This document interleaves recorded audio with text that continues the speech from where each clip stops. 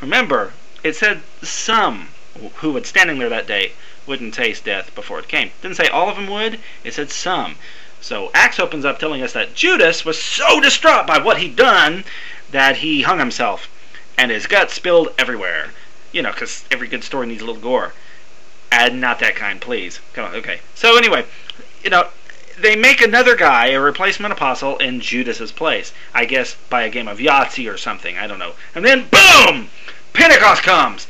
If you don't know what Pentecost is, it's a celebration that comes every 50 years, which is when all debts are forgiven, which is kind of a fitting metaphor, and I think they hit a piñata or something. So, in Acts chapter 2, suddenly, out of nowhere, tongues of fire fall down upon them, which is just fucked up.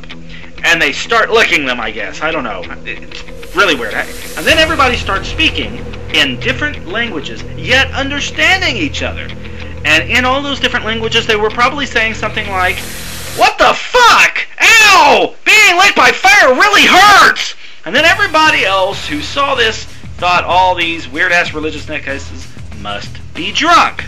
So Peter stands up and says, "Fellow Jews, and all of you who live in Jerusalem, let me explain this to you. Listen carefully to what I say. These men are not drunk, as you suppose. It's only 9 in the morning!" Okay, I swear to you, that's in the Bible. I didn't make that up at all. I know it's the funniest thing you just about ever hear in the Bible, but you know, I never got through one of the Bible studies that contained that verse without, you know, with a straight face. It's basically, it's like Peter saying, "Hey, we're not as thick as you drunk we are."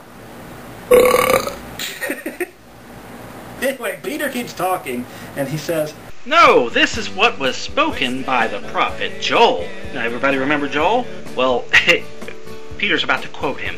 "In the last days, God says, I will pour out my spirit on all people. Your sons and daughters will prophesy. Your men will see visions. Your old men will see dreams.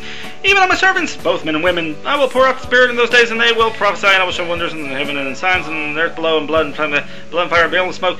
The sun will be turned to darkness, and the moon to blood, before the coming of the great day of the glorious day of the Lord. And everyone who calls on the name of the Lord will be saved."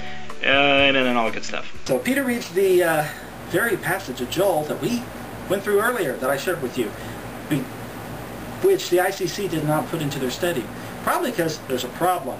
See, in the biblical scriptures, there's not exactly much agreement about the sun and moon thing at all. It's only in Luke where we see it spelled out for us that the sun went dark, and he doesn't even mention the moon in the passage where Jesus dies on the cross. Save me, Jesus, baby.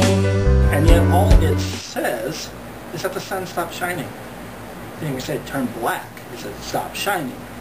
Nothing about the moon at all. All the other biblical gospels don't even mention that. Suspiciously, the writer of the Gospel of Luke also wrote the book of Acts, and so he seems to be the only one who brings this up at all, to be honest with you. The only other thing I've ever found to lock this in place in the timeline comes from a text that didn't make it into the Bible. It's called The Report of Pilate the Governor, which was supposedly sent to Augustus Caesar. And it says, "Now when he was crucified, there was darkness over all the world, and the sun was obscured for half a day, and the stars appeared, but no lustres was seen in them, and the moon lost its brightness as though tinged with blood." Well, anyway, there it is. How inconvenient is all this shit that you have to go all over the place to find all the little clues that are scattered around everywhere? I swear to God, can't they just tell the story straight out?